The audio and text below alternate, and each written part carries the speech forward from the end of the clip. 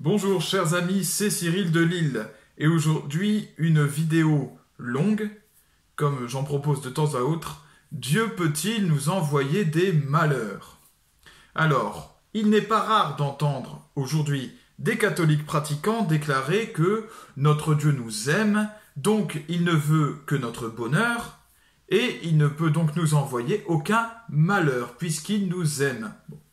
Dans notre Occident moderne, axé sur le confort, sur la tranquillité, sur la recherche du moindre effort aussi trop souvent, ce que l'on appelle aussi, ce qui fait partie en tout cas de l'hédonisme, c'est-à-dire le plaisir humain de la chair. Eh bien, l'idée d'un Dieu pouvant nous donner des épreuves, des malheurs, est largement rejetée. Ainsi, ces chrétiens accusent-ils généralement, systématiquement, le diable d'être à l'origine de leur malheur. Mais qu'appelle-t-il leur malheur? C'est là la question centrale et j'y reviendrai. Lorsque l'on prend la Bible, il y a de nombreux passages qui vont à l'encontre de cette pensée, en particulier dans l'Ancien Testament. Dans le livre de Job, Job lui-même répond à sa femme qui lui ordonne de maudire Dieu, puisque Dieu lui a envoyé une épreuve, en l'occurrence une maladie. Il lui répond: mais si nous accueillons le bonheur comme venant de Dieu, pourquoi ne pas accueillir de telle manière le malheur?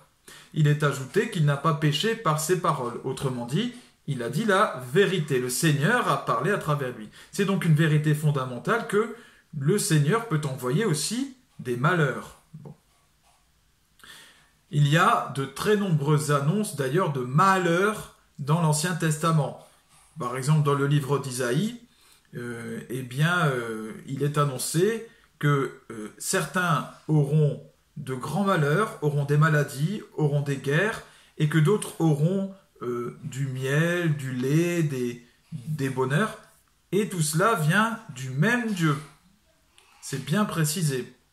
Et puis, pour aller au bout du sujet, jusque dans l'Apocalypse, c'est-à-dire vraiment le dernier livre de la Bible, le dernier livre du Nouveau Testament, eh bien, les cavaliers de l'Apocalypse, qui sont un petit peu les bras droits du Seigneur pour favoriser, pour mettre en place l'Apocalypse sur terre, eh bien, ils sont 4, ils sont envoyés par Dieu.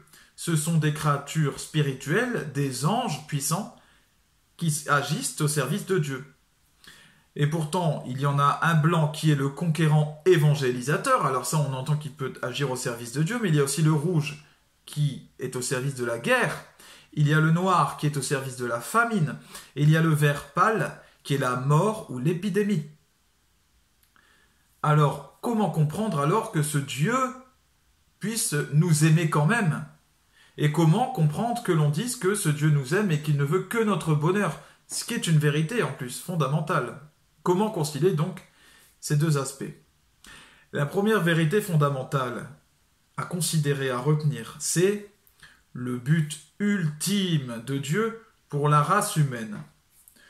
Ce but, il est unique, c'est le salut éternel de tout être humain. Jésus le dit: je suis venu pour sauver tout le monde, pour qu'aucun ne se perde. Absolument tout type d'action est possible à Dieu pour nous mener à la conversion. La fin justifie les moyens pour le Seigneur dans ce cas-là. Tout est fait pour la conversion. C'est un axe, un point fondamental qu'il faut retenir tout le temps. Même dans tout ce qui peut vous arriver dans votre vie. C'est un point sur lequel se tient la foi, si vous voyez. Donc, si vous gardez votre crochet avec la corde accrochée sur ce point-là, la foi reste. Le Seigneur veut donc bel et bien notre bonheur, puisque le salut éternel, c'est bien et bien le bonheur, plus élevé que tout ce que l'on peut connaître comme petit bonheur ici-bas. Mais il veut notre bonheur comme but final. Et là c'est une subtilité qui vaut son pesant de cacahuètes. Comme but final suprême et éternel.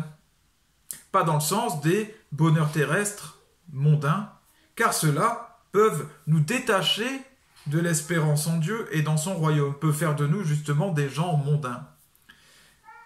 Si nous manquons de foi, d'humilité, de charité, ces vertus qui sont indispensables pour aller au ciel, alors le Seigneur ne permet pas que nous soyons éloignés du salut, car il nous aime d'un amour que nous n'imaginons pas. Il nous aime tellement, eh bien, qu'il passe par des petits malheurs terrestres afin de nous détacher de ce superflu auquel nous sommes attachés, et afin de nous attacher, du coup, à la place, de façon plus ferme, au salut. Il y a un autre aspect à prendre en considération.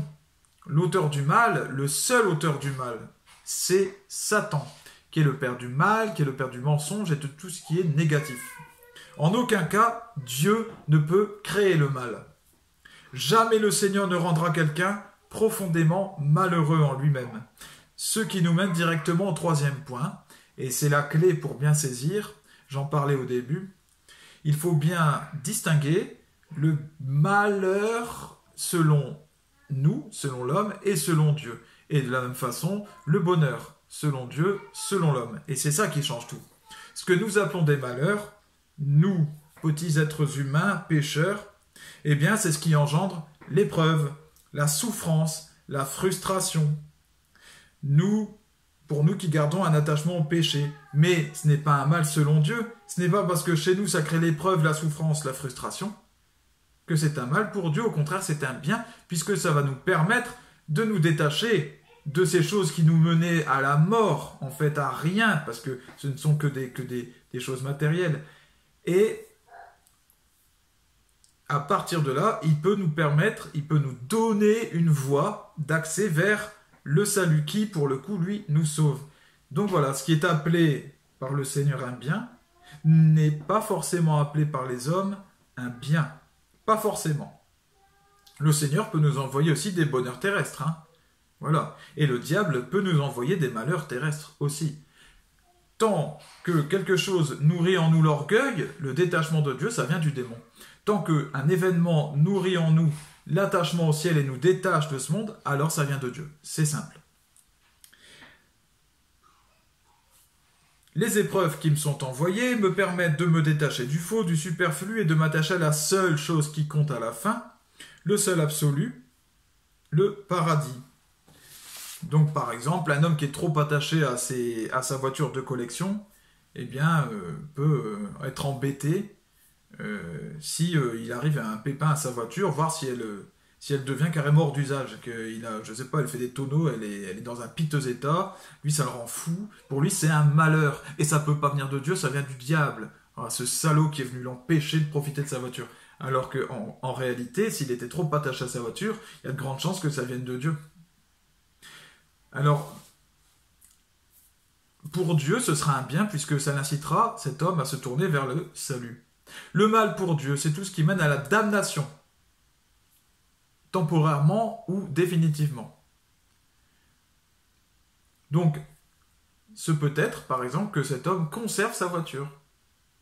Il y a un exemple très simple, ce sont les gens qui gagnent au loto, qui gagnent des fortunes ou alors à l'euro-million, et qui parfois, après, attaquent l'euro-million ou la Française des Jeux, parce qu'ils ont gagné une telle somme qu'ils ont plongé en enfer avec cette somme, et ils expliquent que ça a détruit leur vie. Bon alors, c'est assez étonnant, je trouve, d'aller attaquer l'organisme en sachant qu'on jouait bien pour gagner de l'argent. Donc ces gens savaient bien qu'ils jouaient pour ça. Mais n'empêche que c'est la preuve que recevoir tout cet argent n'a pas forcément été une bénédiction, n'a pas été forcément un cadeau qui venait de Dieu. Lorsqu'on en voit les fruits, on peut comprendre de qui est-ce que ça vient.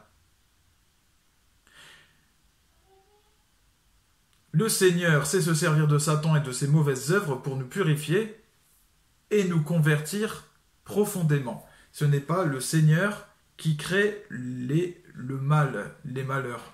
Mais lorsque nous nous détachons de Dieu et que nous nous attachons à des choses mauvaises, à des choses qui n'ont pas la vie en elles-mêmes, alors nous nous approchons de Satan. C'est Satan qui désire notre coupure avec Dieu, notre damnation. Alors, le Seigneur, laisse tout simplement Satan agir dans nos vies et créer des malheurs.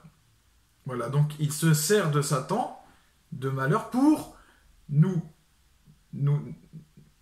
dégoûter quelque part de ce malheur et de ce qui nous a mené à ce malheur. Et donc, de nous convertir, de nous attacher au ciel. Le Seigneur sait se servir de Satan, mais il n'est pas l'auteur du mal. Seulement, il est tellement intelligent qu'il se sert même de son ennemi pour arriver à ses fins. Ainsi peut-il utiliser le malheur, l'épreuve passagère, pour nous donner le bonheur éternel. Voilà, chers amis, convertissez-vous, croyez à l'Évangile, car le royaume des cieux est proche.